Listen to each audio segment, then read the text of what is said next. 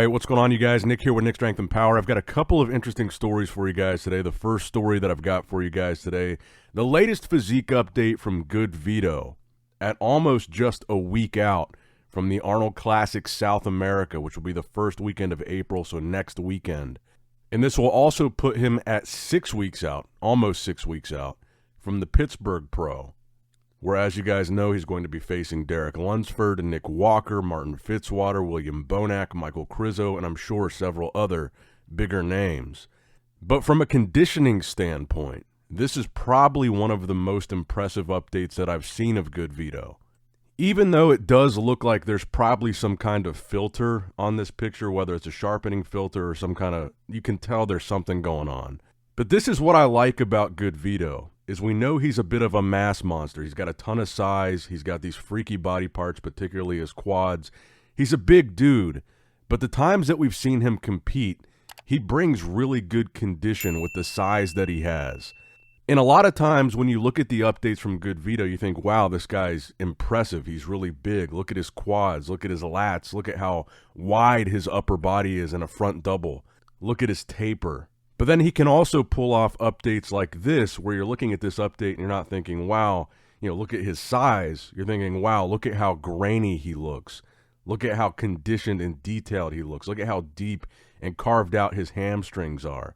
He's got striated glutes, and he's probably going to be the biggest guy in this lineup in South America, at least.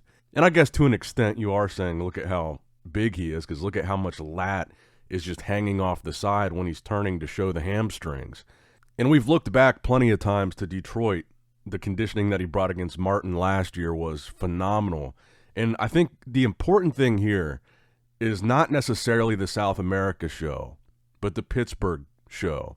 Because he looks like he's really dialed in, and he's probably going to look really good from a conditioning standpoint in South America. But this is almost like a practice show for him before Pittsburgh, which I think is going to be the big one. I've already said I think he's going to win the South America Arnold. That's going to be his Olympia qualification. And the proving ground, though, will be the Pittsburgh Pro, where he's actually going to have to face down some big names. So I think the cool thing will be we're going to get to see what package he brings to South America, how good he looks, and I think he's going to look really good. But then he has 5 more weeks after that, over a month from South America to Pittsburgh, to refine the package that he brought to South America, because he's only competed as a pro 2 times so far. Last year's Detroit, last year's South America. This will only be his 3rd pro show. And he's never been to a show like the Olympia. He's never been to a show like the Arnold, Ohio. So we haven't seen his physique really tested against the best of the best, and we will get to see that in Pittsburgh. So that's kind of the advantage that he has going into Pittsburgh, is this Arnold South America show. He gets the opportunity in what looks to be not the deepest lineup to get kind of a practice run before having to face all these top Olympians and a Mr. Olympia champ, Derek Lunsford, in Pittsburgh. And then also yesterday he posted a most muscular shot that I thought was really impressive. And I was just talking about how I actually preferred Nick Walker's most muscular to the most muscular that GoodVito hit in that posing video the other day. I actually like the way he's hitting this most muscular a lot better than the way that he hit the one in that other in that video. There's just really no denying it at this point that GoodVito is a freak, and I think he will be a disruptor in 2025. The question just is, how big of a disruptor is he going to be? And I think, that's kind of my prediction, is that he's going to win the South America show. And I think best case scenario for him, best case, is that he cracks the top 3 in Pittsburgh. Because if he does crack the top 3, that means he's at least because I'm assuming Derek's going to win Pittsburgh. And if he cracks the top 3 in Pittsburgh, that would mean that he beats either Martin or Nick. Because I think either Martin or Nick will be in that top 2 spot. So if he beats one of those guys, a top 3 or a top 4 Olympian, that's best case for him going into Pittsburgh. Obviously I think the super best case would be if he won Pittsburgh, but I think that's a pretty big stretch. I can't see him beating Derek Lunsford, who just beat Mr. Olympia Samson Dauda at GoodVito's 3rd pro show ever or well, that'll be his fourth. Beating Derek, I can't see that. But one thing that I was thinking about that was really interesting, and I was just thinking about this today, is that both Derek and GoodVito have the exact same combination of coach and trainer that Derek had going into the Arnold, which was arguably his best, one of his best looks ever.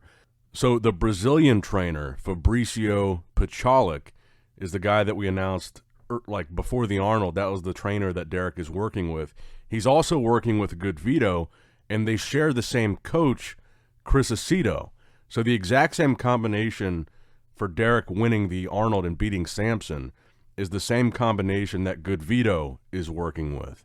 I don't know how significant that is, but it's just something to point out. But let me know what you guys think in the comments below about how GoodVito is looking here, how you think he's going to do at the Pittsburgh show, South America, and he is going on to do New York, the New York Pro, supposedly. Now, next up in the news, the latest physique update from Logan Franklin. So Logan, despite the impressive, awesome performance at the Arnold, Logan does still need to qualify for the 2025 Mr. Olympia. So he says in this latest physique update that he is, in 1 week, going to start his prep for whatever show he's going to choose to be his qualification show for the Olympia. So there were some people thinking he's going to do Pittsburgh. I don't know if he's going to do Pittsburgh or not. That's going to be, with Rough Diesel, all the stuff that we've seen from Rough Diesel, I think Pittsburgh is going to be Terrence's show. As much as I love Logan and his physique, I think if he goes up against Rough Diesel in Pittsburgh, I think Terrence beats him there. But I guess you could also make the argument that if Logan wants to win the Olympia or do really well at the Olympia, he's going to have to beat Terrence to do that anyway. So you might as well try to do that going into the Olympia qualification. But I was looking at the Classic Physique Pro schedule, and if he's starting his prep in a week, so presumably the first week of April he's starting his prep, you would think it's going to be, maybe a couple months of a prep, 8 weeks to 10 weeks. He's already in really good shape in this update. You've got the Pittsburgh Pro, May 10th to the 11th. You've got the New York Pro, May 17th. You've also got the Legion Sports Festival at the end of May. So I'm just kind of looking at U.S.-based Classic Physique Olympia qualifiers. Scrolling through here, you do have the M-Pro Classic in June, but that's in Spain. The Dubai Pro is in June. That's in Dubai. I saw some people speculating that he's going to do the Texas Pro, which is not until August. That seems a little bit far out for him to be starting his prep now, especially in the condition he's already in. But he does live in Texas. I don't know if he actually even knows which show he's going to do yet. He just says he's starting his prep. I think Logan looks awesome here, and I can't wait to see what he accomplishes at the Olympia this year based on what we saw at the Arnold. Now, next up in the news, getting to this weekend show, Detroit. We got 2 new updates of the same pose from the guys that I believe are going to be the top 2 at this show. So starting with James Hollingshead, both of these updates would be 3-day out updates. James hitting the most muscular with Branch Warren there in Texas. James looks really impressive in these updates that we're seeing. I said I think he looks better in these updates than the peak week updates that we saw of him from the Arnold. So I think he's going to be tighter and better here at this Detroit Pro. But I think James looks awesome in this update and reinforces my opinion that he's going to be top 2 with William Bonac. So we also got an update from William Bonac. Same pose, most muscular. And Bonac is my pick to win this show. I just think on paper, recent placings, all that, track record, he's just the guy to win this. He doesn't look off at all in any of his updates. Like I said, Bonac is very consistent. He's kind of a seasoned veteran at this point. He's competed in, countless shows. And when you put the 2 side by side, which is not a great comparison because Bonac is a lot shorter than James, so when you put them side by side, it's not going to be exactly to scale how it's going to look on stage. But I do think that Bonac is going to come in with a tighter, better polished package than James will.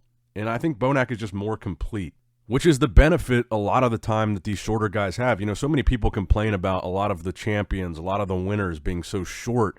I don't know why people have such a problem with that, because one of the reasons why that is having a smaller frame like that that's more compact.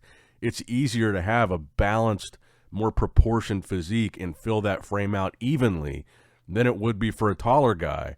And that's why you see so many shorter guys at the top of the sport winning so many shows, is because their physiques are more balanced, they're more proportioned, and it is a little bit easier because they're shorter, but it just is what it is. And by that same token, that's what makes guys like Samson so impressive, being a taller guy and being as evenly filled out, as complete or more complete than the shorter guys. He won the Olympia in 2024, beating them all.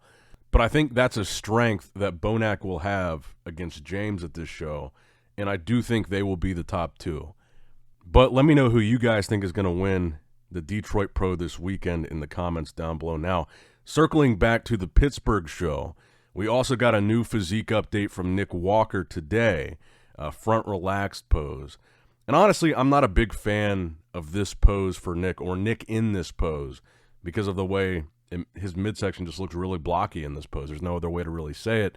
And this is one of the things that, I see these updates from Nick, and I see these updates from GoodVito, and I do think that GoodVito has a chance against Nick, even though the perception might be a little bit warped, because again, it's not apples to apples comparing Nick and Vito's updates, since Vito is competing in a week and Nick is still 6 weeks out. So I do want to keep that little bit of a grain of salt in people's minds when they compare Nick and GoodVito, is that it's not necessarily a super fair comparison, even though GoodVito, I think, undeniably looks more impressive than Nick in a lot of these updates.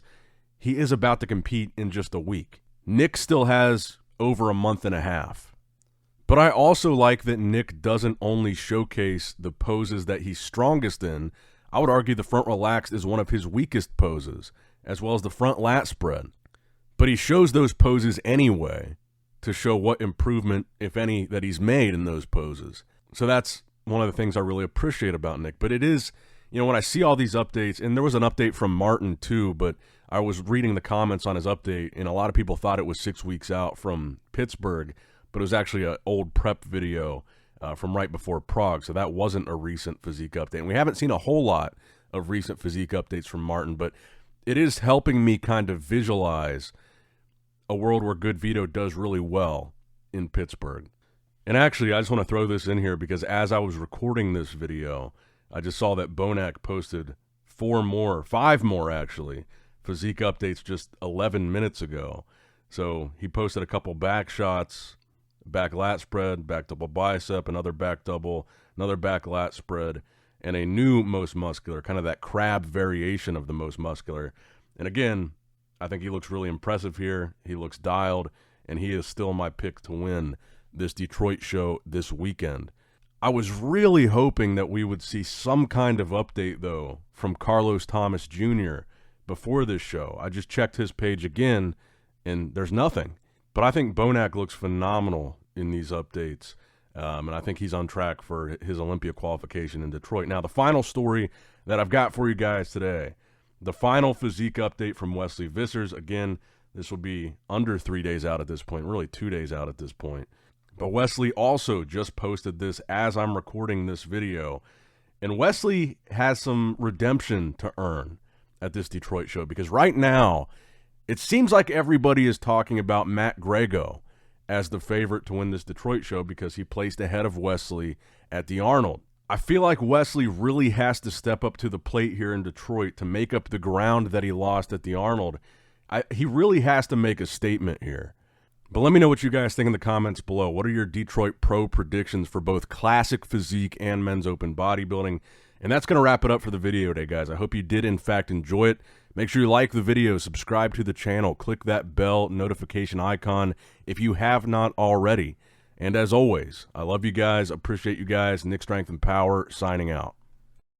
All right, guys, don't forget to click that like button and subscribe to this channel if you enjoy the content. Also, check out my Instagram at Nick Strength Power. My Facebook page, which is simply Nick Strength and Power. My secondary YouTube channel, Nick Strength and Vlogs, for vlogs and bonus content that you will not see on this channel. And consider subscribing to my third YouTube channel, Nick Strength and Pokemon, which is all things Pokemon and trading card games, completely unrelated to this channel. So if you're into that, give that one a look. And all links to merchandise and social media will be in the description box below. If you guys want a Nick Strength and Power t-shirt, that will be in the Shopify link below. Have a great day.